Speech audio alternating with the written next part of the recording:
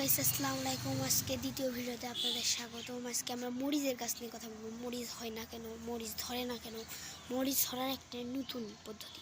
মনে করেন এই গাছটা দেখেন, এই গাছটা দেখেন, একটা মরিচও নেই। মরিচে দেখেন মরিচ ছিল, মরিচ কিন্তু আমরা নিছি। মরিচ নেওয়ার পরে এখন দেখেন গাছটাতে একটা মরিচও নাই। এখন এই গাছটা কী করবেন জানেন? গাছের গোড়ায় গোবরের মাটি নেই, গোবরের মাটি ছাই দিয়ে মাটি দিয়ে মাখবেন, মাখে একটু পানি ছিটা দিবেন, দিয়ে গাছটা লাগিয়ে দিবেন।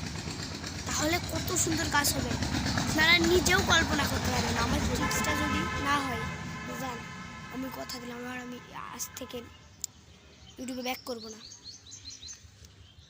এই যে দেখেন গাছটা, আমার এই গাছটা কত সুন্দর, গাছটা ধরে না, দেখছেন? এই গাছটা এখন ধরবে।